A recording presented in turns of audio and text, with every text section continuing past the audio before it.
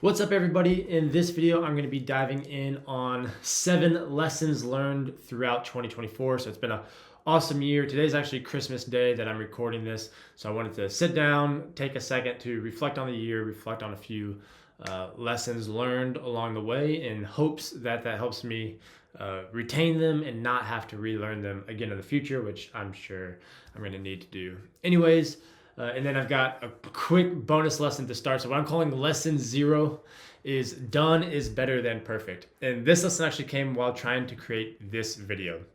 So I've known or been thinking about it for the last couple weeks that I wanted to take a second to reflect on the year and the lessons learned. And so I started getting a few things written down for it. And over the last 2 weeks or so, I've tried to find some time to write out my thoughts, write out the lessons so that I could, think through all of these lessons a little bit more before I got to this time to record it. But as life goes, just over the past few weeks, I haven't had as much time as I would have liked to. So essentially got to this point where it's either, hey, I can dive in and record this video and do more unscripted stuff than I would prefer, or I can keep trying to find time to perfect it and perfect it and perfect it. And who knows, this project will maybe never get done. So decided just to say, hey, let's make the video. Doesn't need to be teed off, or everything doesn't need to be tied perfectly. Just get some bullet points on there. And then that way you can hit on those subjects and fill in the gaps as you go. So essentially just a little or a lot less scripted than the one video that I've done similar to this before. So just through that process and been thinking about that today. Just a good reminder, done is better than perfect. So actually doing this thing is better than trying to continually perfect it. And maybe one day I'll get to the point where I've got it ready. So anyways, that's lesson 0. Lesson number 1 is called, or I titled it, Perfection is Impossible. So this came from a commencement speech given by Roger Federer this year. I believe it was at Dartmouth. And in it, he hits on a couple good points, but one I wanted to dive into. So here we go. In tennis, perfection is impossible. In the 1,526 singles matches I played in my career, I won almost 80% of those matches. Now I have a question for you all. What percentage of the points do you think I won in those matches? Only 54%. In other words, even top-ranked tennis players win barely more than half the points they play.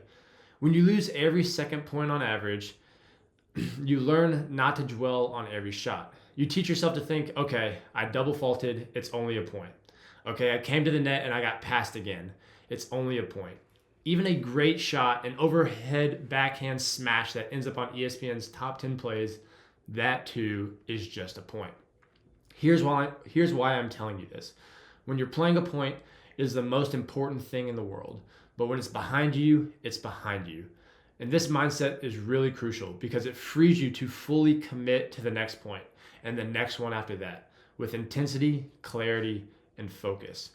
The truth is, whatever game you play in life, sometimes you're going to lose. A point, a match, a season, a job. It's a roller coaster with many ups and downs. And it's natural when you're down to doubt yourself, to feel sorry for yourself. And by the way, your opponents have self-doubt too. Never forget that. But negative energy is wasted energy. You want to become a master at overcoming hard moments. That to me is the sign of a champion. The best in the world are not the best because they win every point. It's because they know they'll lose again and again and have learned how to deal with it. You accept it, cry it out if you need to, then force a smile.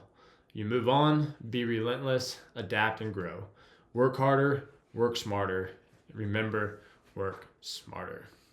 So I loved this part of his commencement speech. And there was a couple things that stood out in particular. So the first is when he's talking about when you're playing a point, it is the most important thing in the world. And one of the things this reminded me of was, I read another book this year called The War of Art by Stephen Pressfield. And in there, he's got a chapter on being a pro. And he talks about how the pro treats his work like it's the most important thing in the world while he's doing it. So this idea of hey, whatever you're doing in the moment is the most important thing. And I think in sports, and we think about, even Roger Federer talking about this, I think we see it as, okay, that makes sense that this point needs to be the most important thing in the world. But I think, at least for me, one of the things that I've forgotten in the past is the same way every point is the most important in the world for tennis players. Every day at the office, every hour at the office, every minute that you're putting into work, you should treat that like it's the most important minute, right? And the more you can give into each minute, each hour, and each day, the further you're going to progress, right? If you treat every moment as though it's the most important, every hour as though it's the most important hour, you're going to move forward a lot faster than you would if you just, say, oh, here's another day in the office that I need to get after it, right? Or I've got to go do this, right? If you don't put that importance and put that meaning into that moment, then you're going to let it pass by. And that reminded me of another lesson that I learned from Jordan Peterson.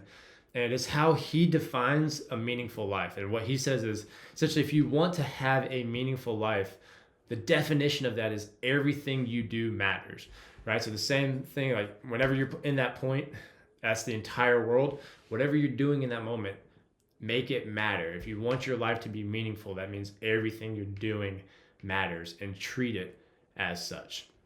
So I loved that part of it. He also comments when like kind of the balancing portion to this is when it's the point is behind you, it's behind you, and you have to learn to live with that and let that go and be able to look back and reflect and take the lessons learned. Don't ignore it. Like, accept what happened, accept that whether you failed or whatever it is, take the lessons learned from that and move on and move forward. Another part in his speech that I really liked was you want to become a master at overcoming hard moments. And what this reminded me of is, in order to become a master at overcoming hard moments, you have to continually put yourself into hard moments so that you can learn how to overcome them, so that you can master them, right? So just like any skill, you need reps in order to develop those muscles, in order to get better, in order to master something, right? So the only way to master overcoming hard moments is to continually put yourself in hard moments over and over and over again, so that you can learn more about yourself, learn how you handle those situations, and learn how you can help yourself navigate through those things. And so then he goes on to say, the best in the world are not the best because they win every point. It's because they know they'll lose again and again and have learned how to deal with it, right? And so that's what he's saying, right? You have to get those reps under your belt. You have to be putting yourself in those situations that stretch you, that you don't know if you're going to be successful or you're going to fail. That's where you're going to run into and bump into those hard moments. And then that's where you will get the reps of understanding how to master those hard moments. So anyways, just loved that entire portion of his commencement speech. Roger Federer, appreciate you for that. So that's lesson number 1, perfection is impossible. Lesson number 2 is on where to place evil. So one of the things, and I don't think I heard this for the first time this year, but it's just resonated with me more this year, and I've read a few other things that align closely to it. But it's where to place evil. So Jordan Peterson had a saying that is, Satan is best fought on the battleground of your soul. And what he talks about when he talks about this line is essentially you can find evil wherever you look for it. So if you're looking for evil in other places, you'll find it in other places. If you're looking for it in other people, you'll find it in other people. If you look within yourself to find evil, that's where you're going to find it, right? And so then the question becomes for all of us, where are we looking and what are we going to do about it, right? So, hey, I can look for evil in other people. Great. What influence do I have on that? How much can I do to change that, versus looking inwards toward ourselves and saying, hey, what do I do that I don't like? What do I do that I am embarrassed by and wish people didn't have to know? Or I may even consider evil, right? What are those things that I do and that I know that I do that I need to stop, right? And I think another thing that it reminded me of was this line by Alexander Solzhenitsyn. I definitely pronounced that wrong. Alexander Solzhenitsyn. He wrote the Gulag Archipelago. If you don't know about that book, it's super interesting. But one of the things he says in there is the line separating good and evil. The line separating good and evil passes not through states, nor between classes, nor between political parties either, but right through every human heart and through all human hearts. This line shifts. Inside of us, it oscillates with the years, and even within hearts overwhelmed by evil, one small bridgehead of good is retained. So there's a lot of, ancient wisdom around this, or whether it's Bibles or other things, but just think it's super interesting to remember whenever I'm getting frustrated about things, whenever I think something is evil that's going on, remembering to look inside myself and remembering that Satan is best fought on the battleground of your own soul. Yeah, definitely resonated with me this year. All right, lesson number 3, the Michelangelo Phenomenon.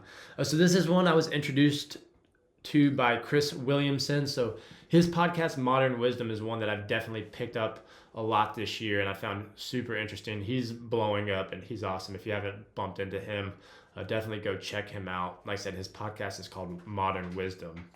But he introduced me to this thing called the Michelangelo Phenomenon, and here's how he describes it. It's a psychological effect that describes how over time, two people often in a relationship will craft each other into the idealized version of what they want. So I make you more like what I want you, or I make you more like I want, and you make me what you want, and I'm happy to become more like what you want, and you are happy as well. And the reason it's called the Michelangelo effect is you can imagine Michelangelo looking at this huge block of marble, and from the outside it's rough hewn, but over time he chips away at it and creates the statue of David. So he sees inside of something which isn't perfect, the perfection that he wants, and over time is able to craft this thing out of it. So this metaphor, and I guess this Michelangelo phenomenon, was originally created to talk about the relationship between two different people, right? And then this one's it's a relationship. It could be a spouse, it could be a close friend, whatever it is. But I think it's important for us to remember that this is also the relationship that you have with yourself, right? That's what self-development is. It's you trying to detach from yourself as a third party and look at you as though you're a person that you might help, as though you're a person that you would give advice to. And what kind of advice would you give to that person? And what things would you tell that person to stop doing, to chisel away, right? So take this part of yourself. If you are this big unhewn block and you need to start removing things to get to that core statue, that core idea that you want, what are those things that you need to remove? What are the things you need to eliminate out of your life? So I think that's just a really good frame, because before I thought about this, I always thought about self-development as the addition of skills and adding things onto my plate and becoming better and adding more, right? And I think that has its purpose, right? You want to develop new skills. You want to work on yourself in that way. But at the same time, it's really important to focus on the removal of things and deleting things and stopping yourself from doing things. So that just really resonated with me, and I think it aligns well with a lot of ancient wisdom, whether it's the Stoic philosophy, whether it's from the Bible, Proverbs. I think a lot of times those guidelines for how to live a good life are telling you things not to do, right? So don't lie, don't cheat, don't steal, don't talk about things behind your back, other people's backs. Don't covet belongings of your neighbor. All of these sorts of things, these great guidelines to live your great guidelines to live your life by, are things that you should not be doing, like natural instincts that you have that you should take away, these flaws within you that you need to remove and fight against. And just, that picture of removal really hit home. And the last thing I've got on this section is I remember a Matthew McConaughey commencement speech at UT. I want to say it was, I don't know, probably 8 or 9 years ago now. But in that speech, he talks about, he says, defining ourselves by what we are is, or sorry, defining ourselves by what we are not is the first step that leads us to knowing who we are. And so I think that fits perfectly into the Michelangelo effect, right? Defining ourselves by what we're not, spotting those things that we're not, and removing that from the stone, from the block, so that we can find out who we are. We can find what that statue is going to look like at the end of the project. So I thought that just aligned perfectly well, and I love that as well. All right, moving along. Lesson number 3 is the compounding interest of hard work. So this one actually comes from Sam Altman, and he's got a blog post from a while back that he titled How to Be Successful. And so in there he writes, one more thought about working hard. Do it at the beginning of your career. Hard work compounds like interest, and the earlier you do it, the more time you have for the benefits to pay off. It's also easier to work hard when you have fewer other responsibilities, which is frequently, but not always the case when you're young. So yeah, so the compounding interest of hard work, or the compounding effect of hard work. This is a great mental frame. I think it's something that I definitely tried to put into practice. I think I did a decent job of it, but still am in the process of doing it. But that framework of the same way that interest around currencies compound over time. If you put in the hard work when you're young, if you do that earlier on, you get to reap the benefits of that hard work for the rest of your career. So if you just start working your tail off when you're 20 to 30, and in that decade, you get a ton of work done, you develop a ton of skills, you learn all of these new things. Well, for the rest of your career, you get to take advantage of all of those skills that you've acquired.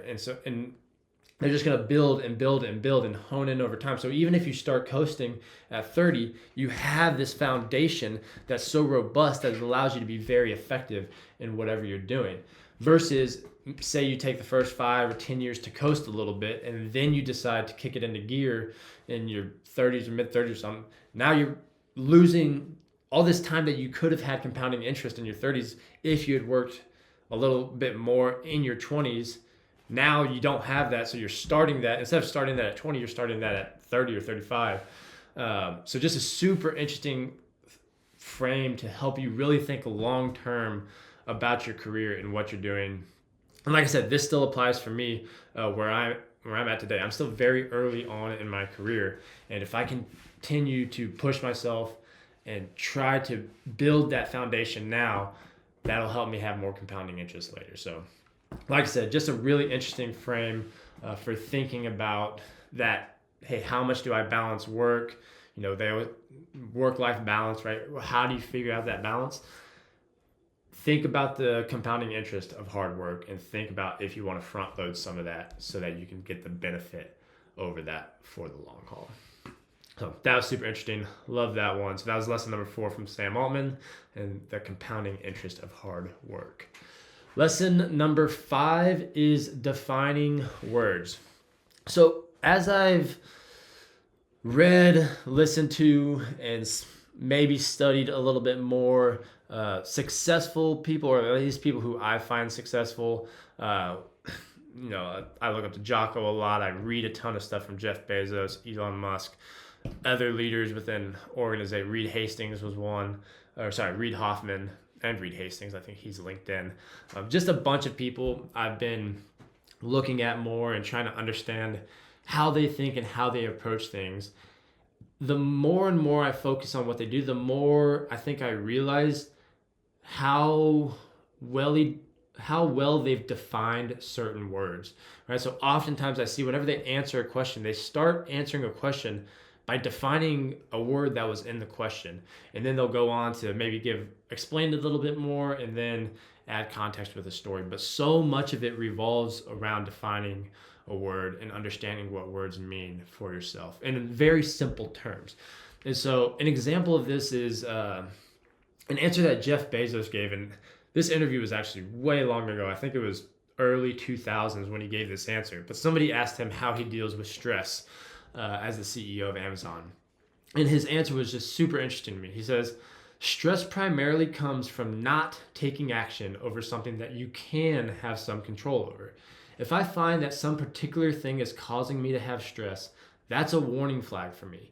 What it means is there's something that I haven't completely identified, perhaps in my conscious mind, that is bothering me, and I have yet to take action on it.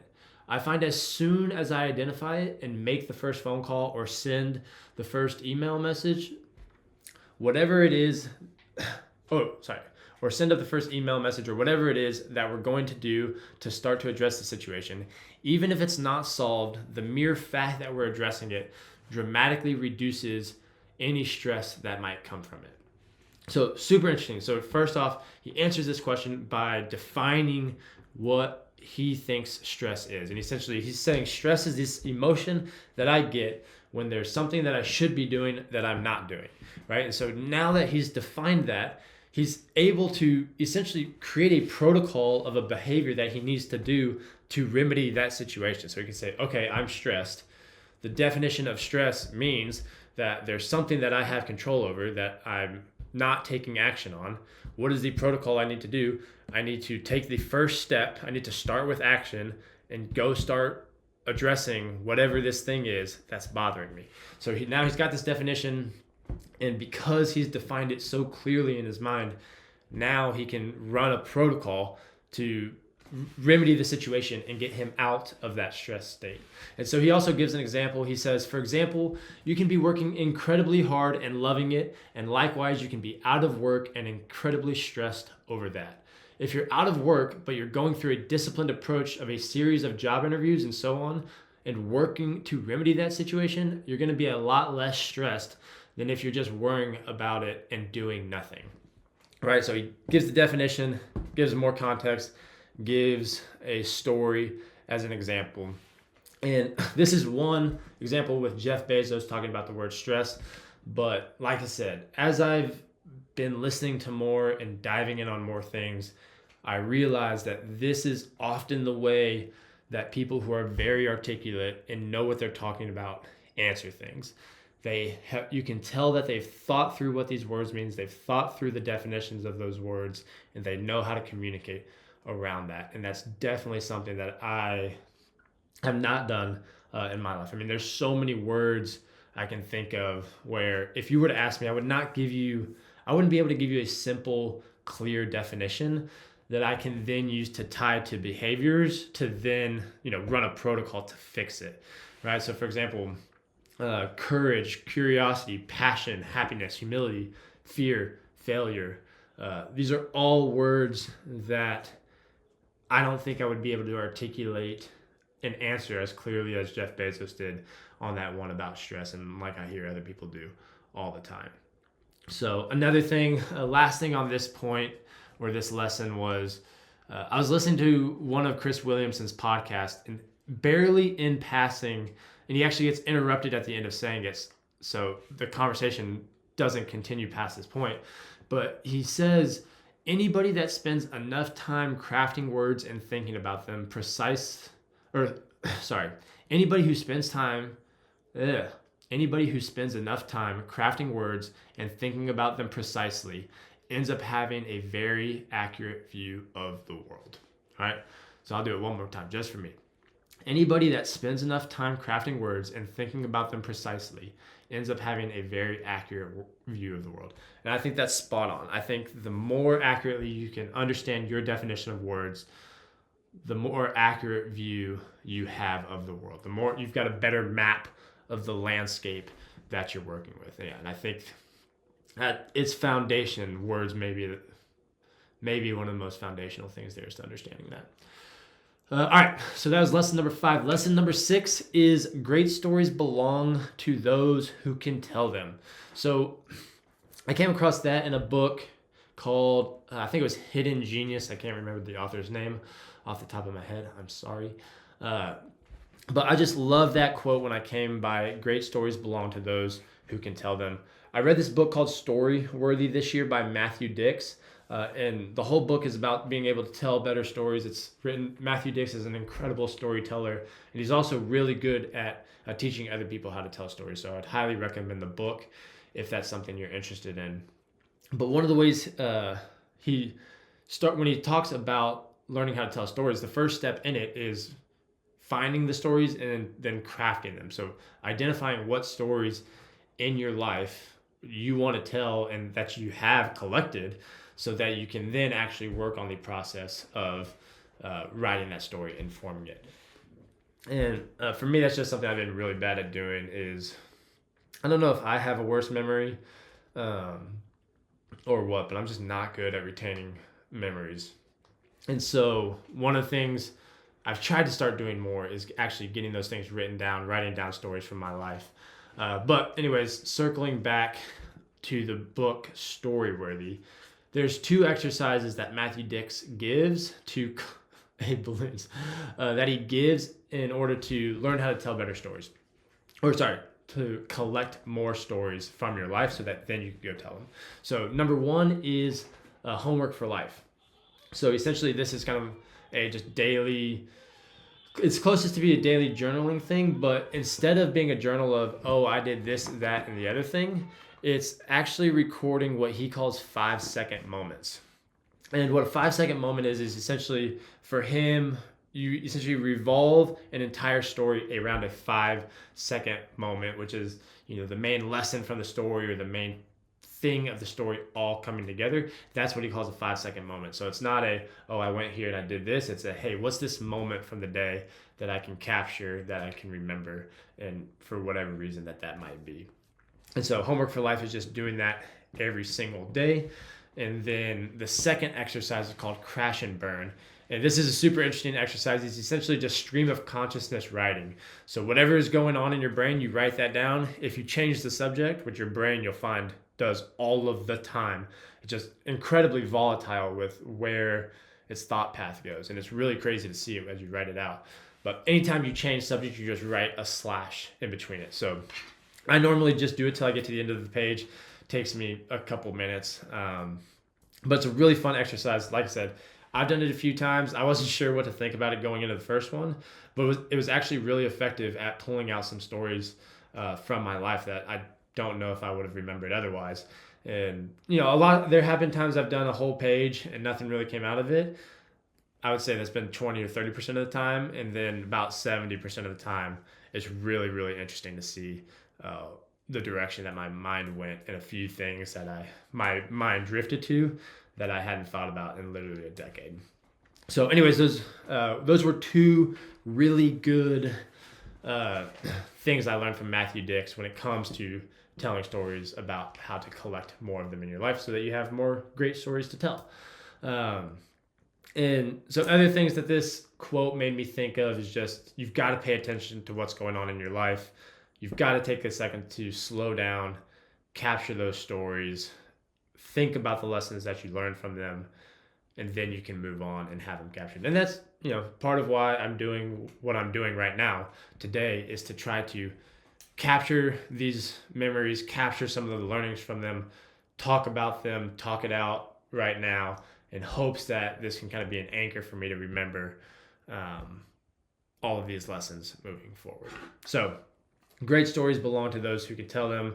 Another quote that I came across this year was one from the Daily Stoic. I think it was Seneca that writes this, but he says, "Many times an old man has no other evidence besides his age to prove he has lived a long time." So that was super interesting as you think about collecting and telling great stories. You don't want to be at the end of the road and have the only evidence for your age is that you have lived a long time and you don't have all the stories and the wisdom to come from it. So just another great reason to slow down, capture those stories, and think about them. So that's it for lesson number 6. Last lesson number 7 is, you've already achieved goals that you said would make you happy. So this one was another one I was introduced to by Chris Williamson, but I think he actually grabbed it from a guy named Alex Hormozy. But this one just hit me. You've already achieved goals that you said would make you happy, right? And so wherever you are on your journey, and I know this is true for me, there's been a lot of times where it's, hey, once I get to this point, that's going to be it. I'm going to feel like I've made it. I'm going to feel like, I'm not going to have any self-doubt anymore. I'm going to have this level of confidence. I'm going to be doing this, and life is going to be set, and I'm going to be happy because of all of those things. Each time you do that, once you take that step and you achieve that goal, whatever that goal is, wherever it is on that full spectrum of, call it success, once you hit that next goal, you realize, hey, you're in the same position. Now there's the next goal. There's the next goal. There's the next goal. Hey, once I get there, I'll be happy. Once I get to that next one, I'll be happy. And then once you get there, you kind of figure out that you're still the same person that you were, and you still have all the same problems, or all the emotions going on. And you're not always going to be happy, and you're not always going to, feel in that moment what you would like to. And I think really, I don't know, for me, it's just a great reminder of, and it's cliche to say it, but you've got to enjoy the journey. If you do it where you're always trying to set the next goal, set the next further thing, and say, oh, I'll be happy once I get to that point, why would you think that it's going to be true for this milestone when it hasn't been true for all the previous milestones, right?